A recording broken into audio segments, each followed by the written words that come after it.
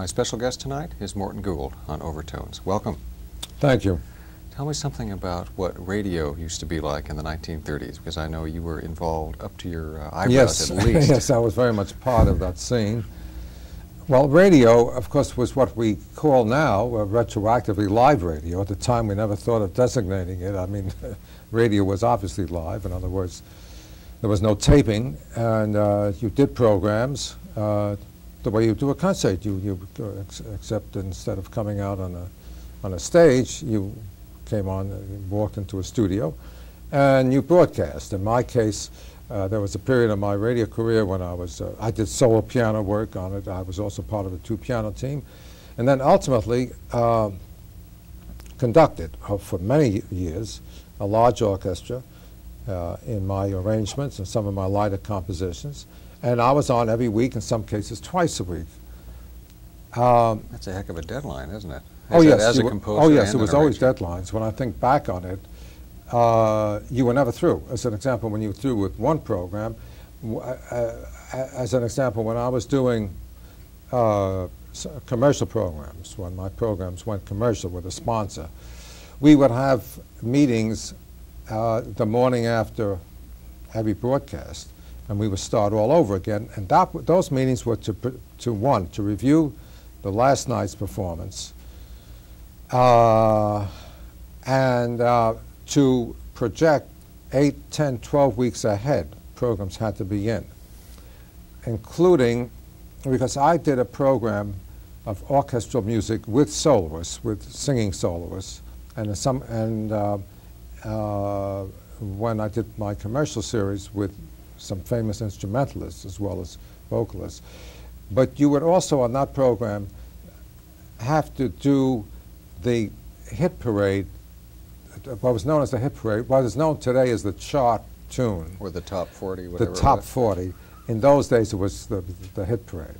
And you would have to project on the basis of the music that you were sent by the publishers at that time, what you thought would be the hit at that point, the new music that came out.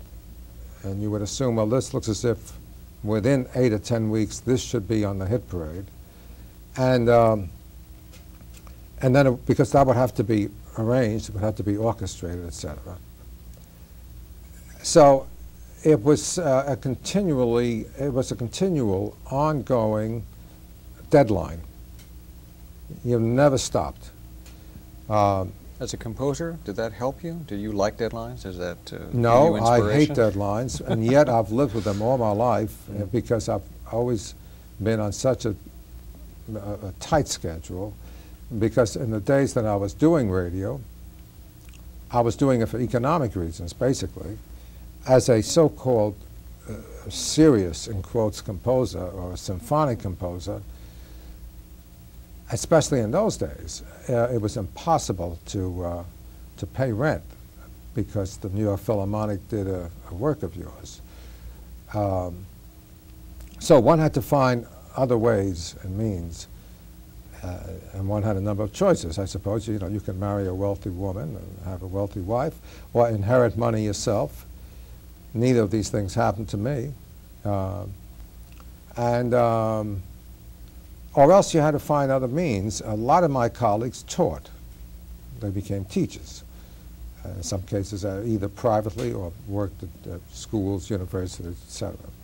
In my case, because of my whole background and because of my particular kind of personal chemistry, every artist and every creator, every musician has his or her own flares or aptitudes.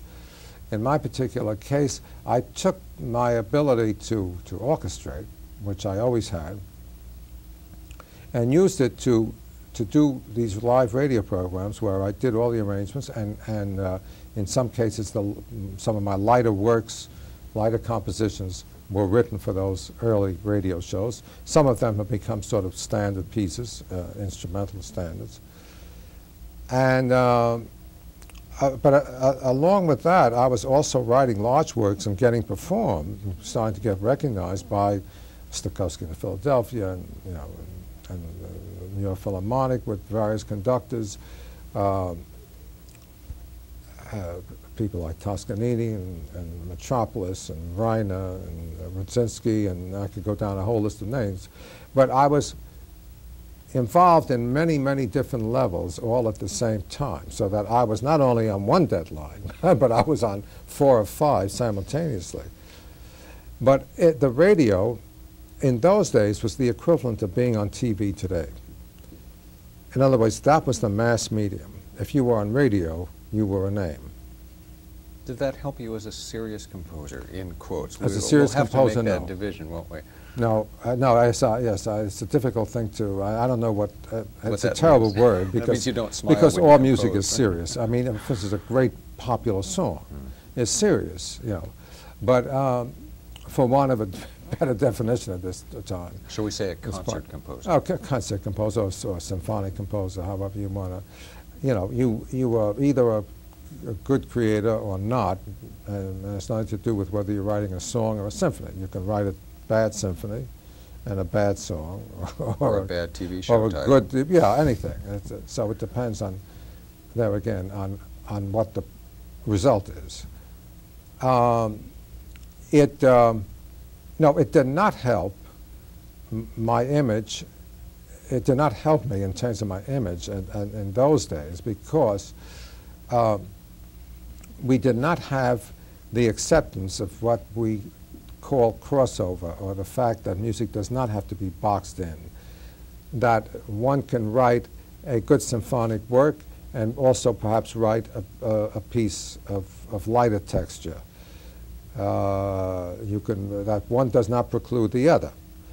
So in other words, what today we call a crossover, the only reason there is such a thing is that we've constructed the boxes between the styles. Well, we have. Now, understand, there's no doubt that there is, you see, there is certain music that's meant for a symphony orchestra and certain music that's not. And in some cases you don't mix them. But you can creatively distill a sort of a fusion. And that word has often been used too. You know, they say third stream, fusion, crossover. Depending what fourth decade you're stream. in. I mean, these are just words. What we're talking about is the idea that now we have come to accept the fact that music and the creation of it is not either or. It can be a mix. It can be a mixture of things, and can have, therefore, its own special character. And it depends how it's mixed and who mixes it. So that we live in a better time for recognition. There's been a lot of history that's gone past.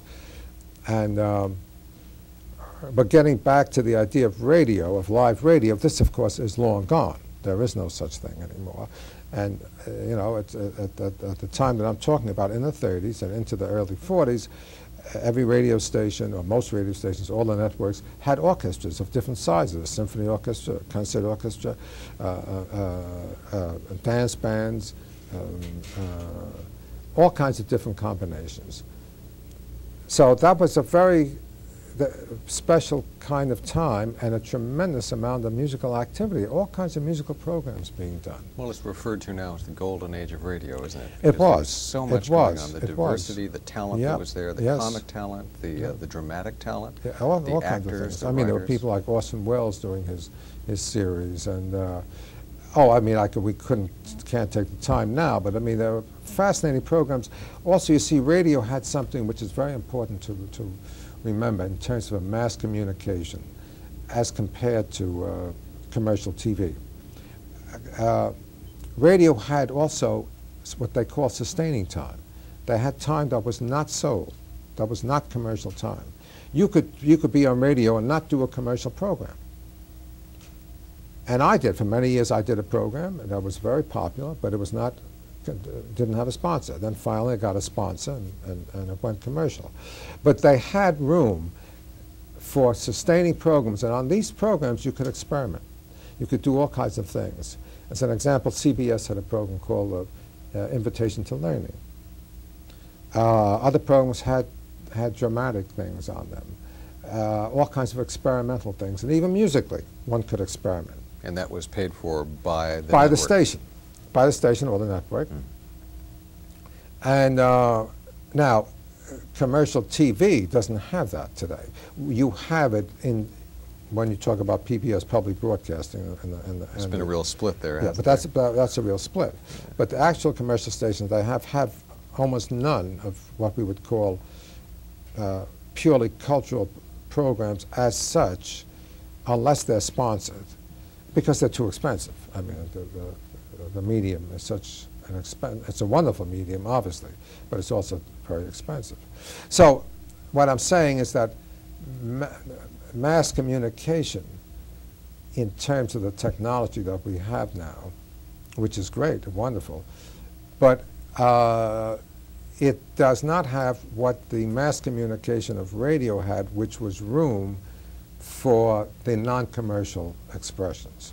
So in other words, commercialism today has helped focus the product. It's helped determine the content of what goes out. Pretty much. Oh, yes, definitely. Definitely. Well, now that that's not always to the bad. I mean, I don't say this in a pejorative sense. You know, I mean, it's realistic. But it does control somehow the Definitely. aesthetic. Oh, of what yes, goes sure. on. Sure. I mean, when every second is worth God knows how many dollars, I mean, sure, you better control that. I mean, you know. Well, nowadays, when you get a commission for a work, do you feel like you're much freer now because it's a commission to write what you want to write, and the style you can choose amongst all of these different styles that you've used in the past? For example, when you wrote the Birchfield Gallery, right, there was a very specific task ahead yes. of you. Yes, that was commissioned by the Birchfield Foundation. Charles Birchfield was a very famous American painter who wrote, who painted watercolors that looked very much like oil, some of them, and basically nature pictures, and although they were sort of realistic, but a great amount of fantasy to them. The commission was by the Birchfield Foundation, and it was brought to me by Lawrence Fleischman, who's head of the Kennedy Gallery. He's one of the important art galleries in this country. And he approached me with the idea of writing a work to evoke the Charles Birchfield paintings. And that's how that came about. Was he thinking of the Mussorgsky pictures at the time? I'm not too sure. That's an interesting question. That connection of course, you perhaps made. Anything, yes. You would think of, maybe the fact that I call it Birchfield Gallery points to the fact that I was aware, certainly I would be aware of the Mussorgsky pictures, which is probably the greatest piece of music that supposedly represents or depicts paintings. Really, music can, in a sense, cannot depict. They could give the illusion, perhaps. It might trigger one's fantasy. But music itself, even when it's programmatic music, is basically abstract. It has to be its own thing. What did you do with the Birchfield pieces? Did you actually look at canvases? Oh yes, I did. I did a fair amount of research. I knew Birchfield, but I knew it casually. And I looked into all the different kinds of work that he did, and the things that I picked up on were were his nature pictures, and that sort of stimulated me. You could look at a picture and almost hear it. You see. His canvases, as you mentioned, they tend to start in nature, but they tend towards fantasy. Yes, and definitely. Perhaps absolutely. Was that the same process for you that you began, but got into the musical area? Because, for instance, the Birchfield Gallery consciously starts out with an evocation of birds, and I picked up. I mean, I sat. I don't live in the city itself, and I live in a suburb, where in the spring and summertime, etc., you hear all the different bird sounds and all the different insects. And they really make a symphony of their own. And we all know that if we ever stopped and listened to this, you would hear it. Now, I'm not the first composer who's been influenced by nature sounds or anything like that. But in my case, it was a little bit unusual because up until that point, I had not been consciously listening to nature in terms of interpreting it musically. So, Birchfield Gallery is a distillation of my reaction to Charles Birchfield's paintings, which are a reaction to another artist's sensitivity to the world around him, to the trees, to the ground, to the foliage, and to all the action, all the gestures that nature has, that you find in Birchfield's paintings. So that's the story of that. And as you know, it was premiered. First performance was by Lauren Mazel and the Cleveland Orchestra some years back. And then not too many years ago, I recorded it for RCA with the American Symphony Orchestra. Which is a special project in itself, isn't it? That particular album was helping to support the American Symphony? Well, yes, I turned back my royalties, whatever they might be, to the American Symphony for a fund, hopefully to help perhaps performances of other composers or stimulate a commission or something like that. And as a matter of fact, it won 2 Grammy nominations. And in Europe, it won a nomination at the Montreux Festival, which surprised me because that's a real sort of esoteric kind of recognition. And so it's gotten some very good, very nice acceptance. Well, you certainly garnered some awards concerning your conducting in the past. For example, you were awarded quite a distinguished prize for conducting the Ives First Symphony. Yes, I got a Grammy for that, with the Chicago some years back. Did you have a lot of connection with Charles Ives before that? No. Had you known his Oh no, I knew of music him. well? I knew of him, and when I was very young, I wrote to him, the way a lot of people did, and he sent me his music, which was not published at that time. He sent me photostat copies. Then subsequently, when I did the Ives with the Chicago, I was doing, I spent a few years with Chicago Symphony as a guest conductor and recording with them. Excuse me, and it was at that time, it was the Ives was sort of coming out, you know. Being People were rediscovered. suddenly becoming, yeah. I mean, musicians knew about him, but even in the musical world, he was not too well known. But suddenly he became more exposed and performed, etc. And but what was done for the most part were his more complicated works. And in looking over scores, we wanted to do some Ives recordings. By accident, I came across this work at the bottom of a box of scores that had been sent me, by accident, by the way. And I looked at this work, and here was a work that showed that Ives was more than, there was a lot of talk at that time, and some writing about that he was sort of like a musical primitive, like a Grandma Moses of, you know. A naive. Yeah. Now, here was this work sitting that was very Dvorak and very Wagnerian in place and so on. It was a symphony he had written when he was still studying at Yale, I think it was, or was it Harvard? I It was forget Yale. which one. It was at Yale. We'll have to wipe out Harvard. Studying at Yale with Horatio Parker. And here's a work that certainly is not the work of somebody who's a primitive. And I realized what an important documentation this would be for Ives at that time. And RCA finally agreed to record it. And we did that, and we did some other Ives things. As a matter of fact, subsequently we made a second Ives album with some of his way out stuff. So that's the way that happened. Of course, I was very happy to have been awarded that Grammy. I was completely unaware that I was even being considered for some reason or other. I was so busy. I was off in Europe somewhere. Conducting again? I was conducting, doing something, yeah, doing a recording, I forget what, and telegram. I remember getting this telegram from a friend of mine saying congratulations. I didn't know what he was talking about. I said, well, what am I being congratulated about? But that was a nice happening, and also it was a great couple of years for me with the Chicago Orchestra, which is such a great orchestra. Well, you've been involved in, I would imagine, every aspect of the music business, and now you're involved, very much involved, in the president, in fact, of ASCAP. Yes. What sort of administrative duties do you have there? What does ASCAP do in the world?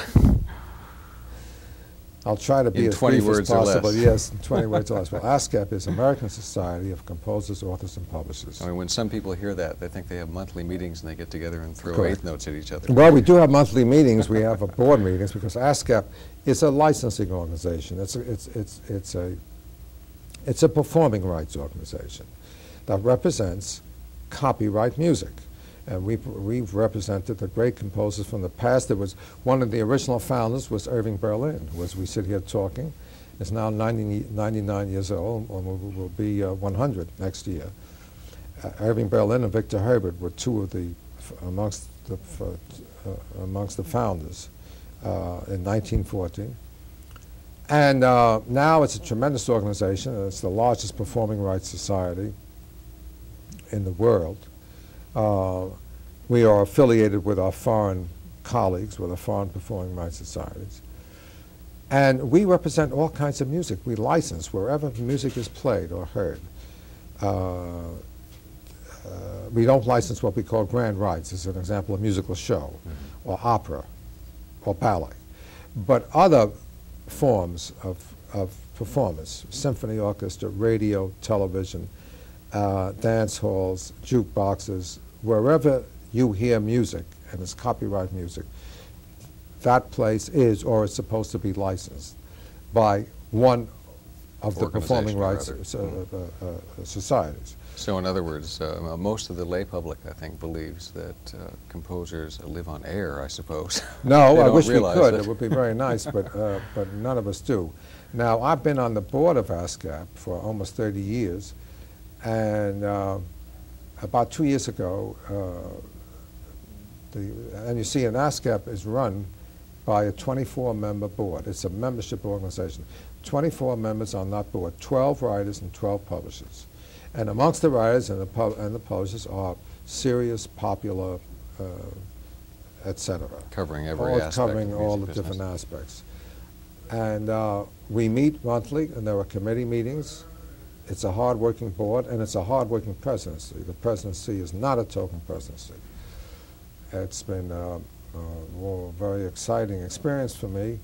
It's been a challenge. It's something I was very reluctant to do because of my other commitments, and I've had to cut back on some of them. But for a lot of reasons that we won't go into now, finally, 2 years after a lot of pressure to do this before, to become president, I finally decided to do, to acquiesce and take it on. To do it. And it's really a full-time position. You're an executive officer. Well, how much time do you have to compose now? Well, I have to now try to shape my schedule, hopefully, so I can have some time to compose. Being I'm only president, this is my second year. The first year, really, I just couldn't. I devoted all my time to that, and basically, at the moment, as long as I'm president, it's a top priority for me. Otherwise, I shouldn't be president. It's as simple as that. It's a tremendous organization. It's a tremendous responsibility, and if I do it, I intend to do it and to exercise what I'm supposed to do to the best of my ability and time. I am now, as a matter of fact, as I sit and talk to you, I'm just about finishing one of 3 commissioned works for this coming season. It's been difficult. It means I have to do it on weekends. I have to do it, steal time here and there. I've had no time really to, as I say it, I've had no time to depress myself. And I would enjoy that. I would really like to be able to sit and bemoan my fate. But it's hard for me to do it so far. Well, one of the pieces that we're going to be listening to on this evening's program will be the Duo Concertante that was recently premiered. Now, that was a commission, wasn't it, initially? The Concerto Concertante. Yes. Yes. That was a commission from the Library of Congress, what they call a McKim Fund. through the Library of Congress. A few years back, it was written for Elmer Oliveira, one of the wonderful great violinists. And he did the first performance. It's really a septet. It's a work for solo violin, woodwind quintet, and piano. It's an unusual combination. Yeah, yeah. And it's also an unusual thing for me to write chamber music. I've written very little of it. And now I'd like to do more of it.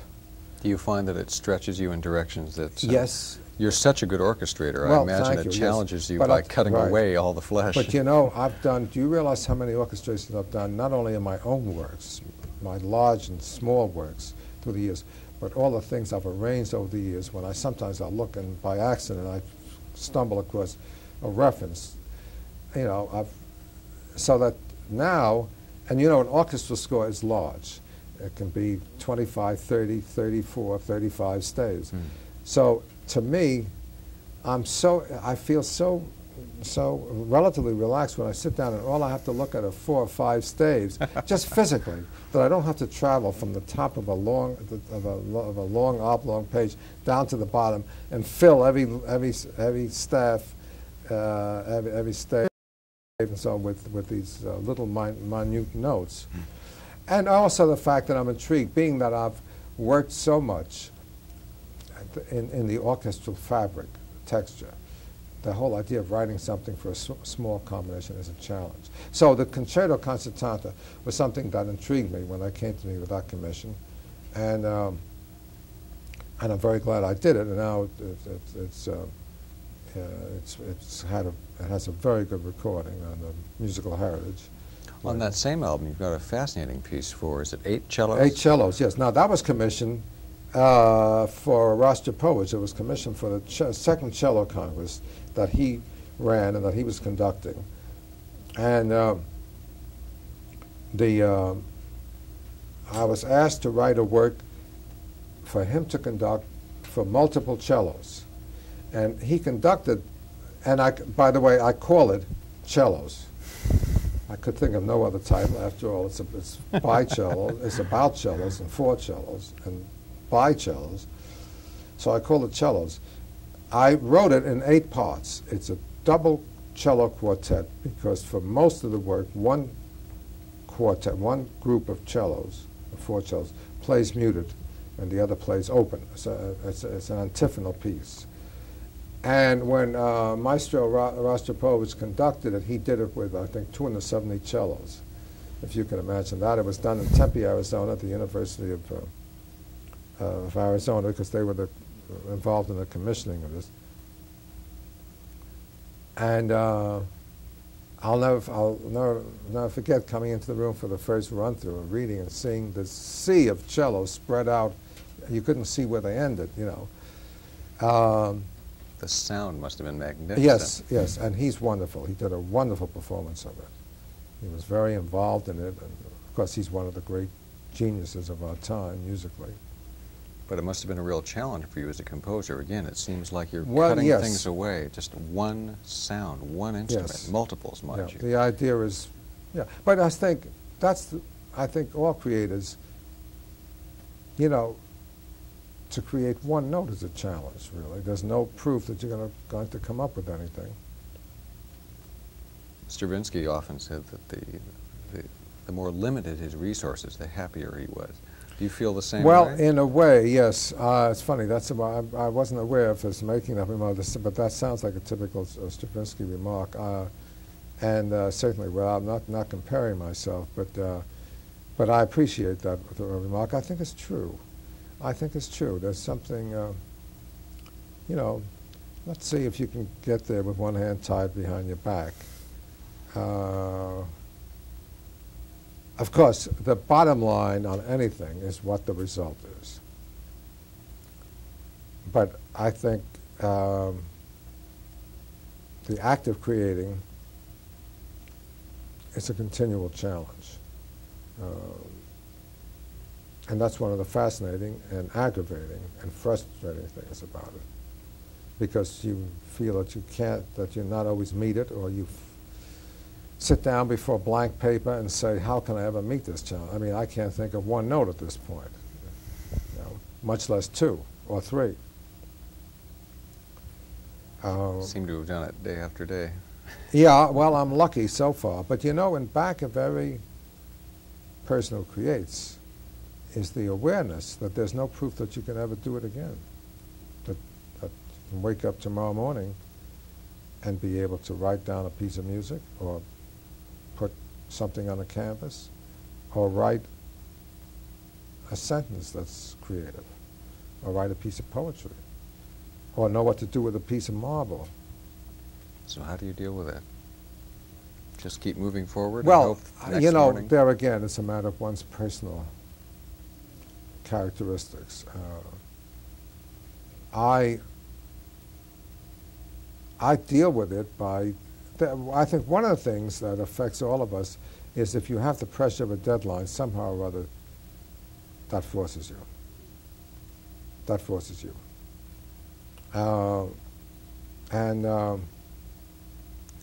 I think that most of my creative colleagues would agree that much as we hate the idea of pressure, and that's what a deadline is, yet it also serves to generate and stimulate.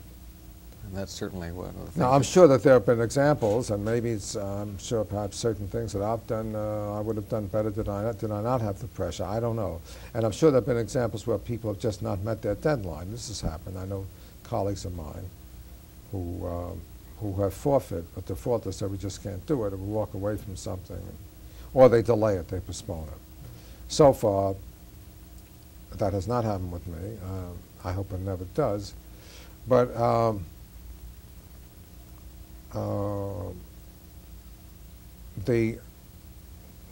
you know, there is nothing that is as rewarding as the actual creative act.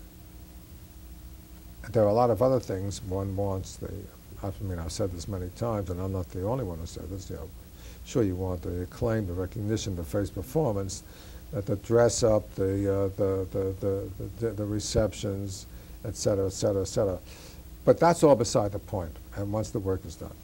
That's nice, but that's not where it's at. Where it's at is that time when you're really cooking. And even if it's bad, even if it's a terrible meal that really will be detrimental to society or to anybody who hears it, or in the case of food, has to eat it. But I mean, for some reason or other, at least you have the illusion that you are expressing yourself, and you are expressing something that has a certain kind of validity, that it's a contribution, that it's an addition to, in the case of music, if you're composing, that it's an addition to the rich heritage of music. And whether it is or not doesn't matter in doesn't the moment. matter. You need to believe Doesn't that your matter. next note matters. Because not intellectually, I know that this might have really, I mean, I think it's good. It pleases me. It might not please anybody else. And for all I know, you know, it's all garbage. Or it's something that won't be around for more than the time it took me to write it, or one performance, and that's the end of it. Well, out of all the pieces that you have written in so many styles, do you have any favorites now, looking back? No.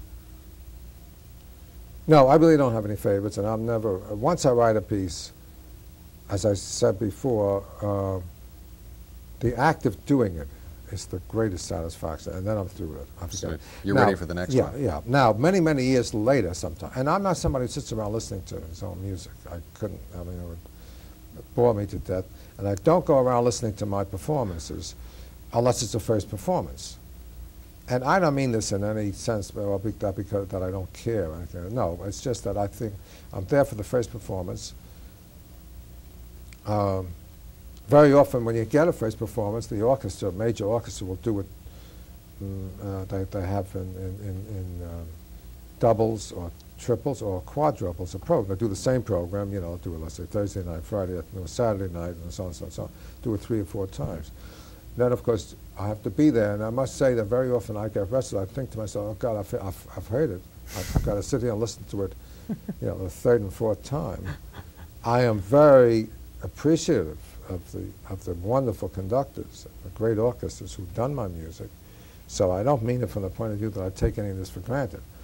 But it's just that I'm restless. I mean, I would rather be home trying to write something else now rather than listening to my piece. I've heard it.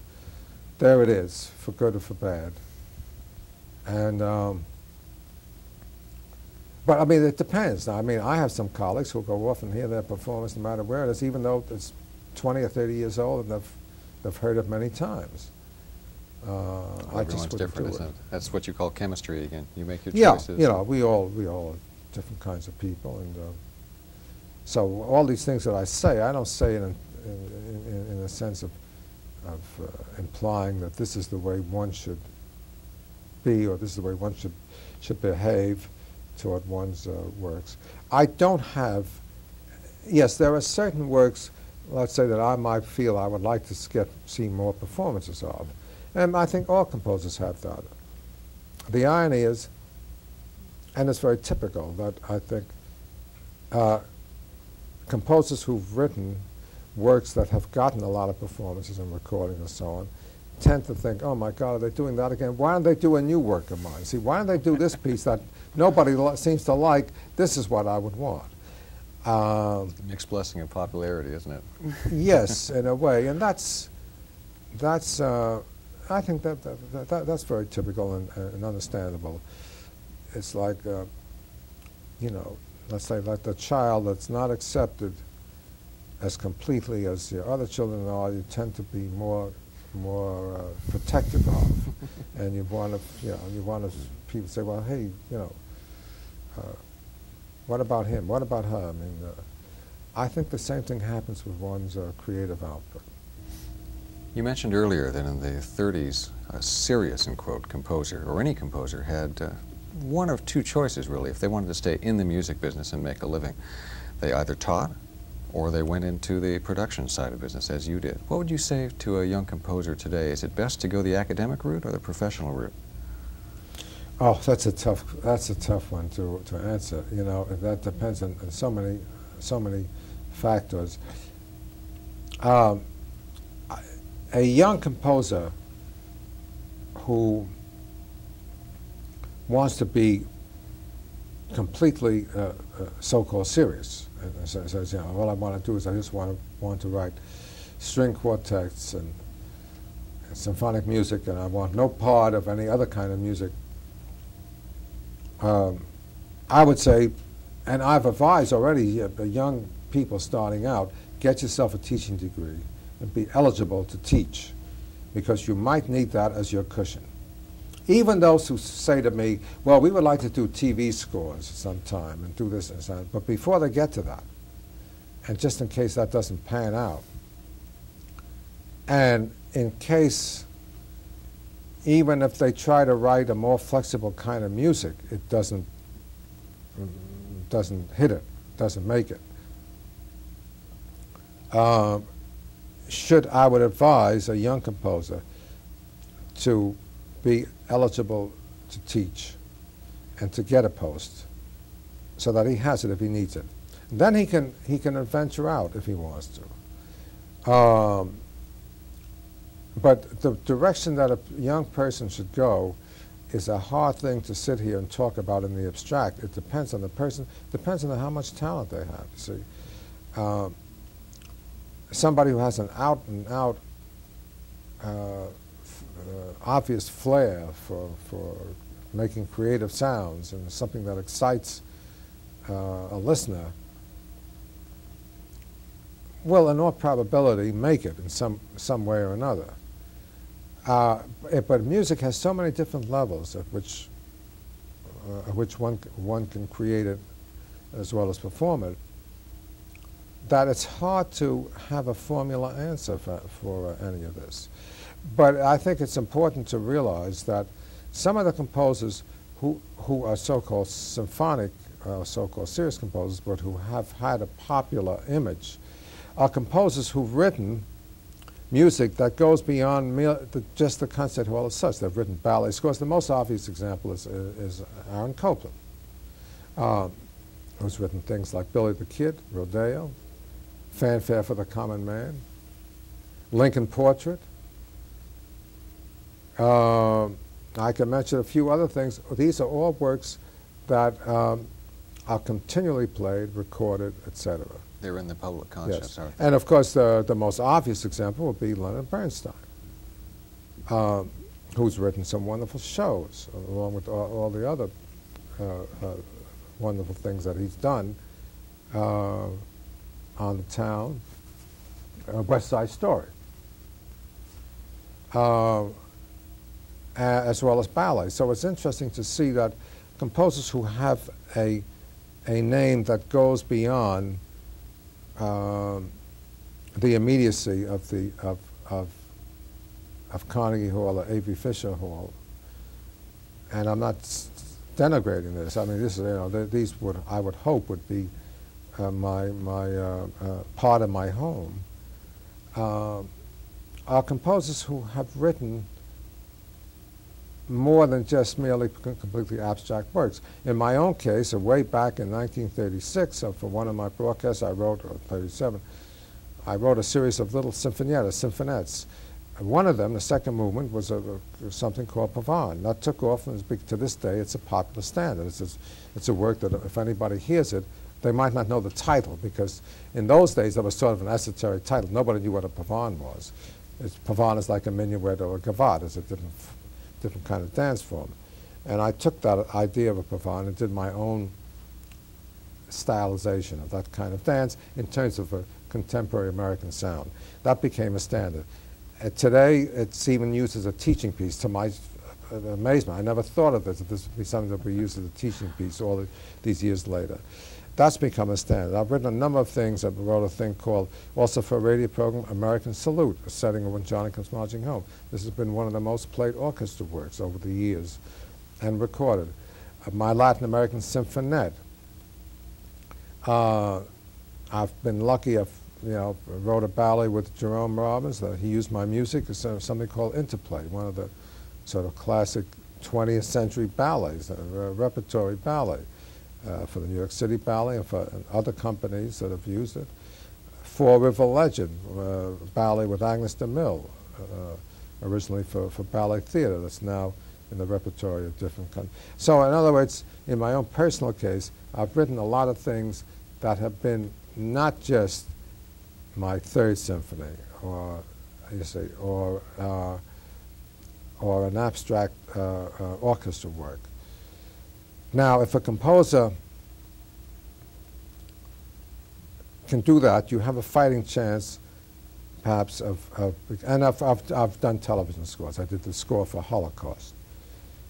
And years ago, I did a documentary series for CBS called World War I, 26 half-hour programs of silent archival film, so it was wall-to-wall music. That was the only sound on that. That was like writing a half-hour opera.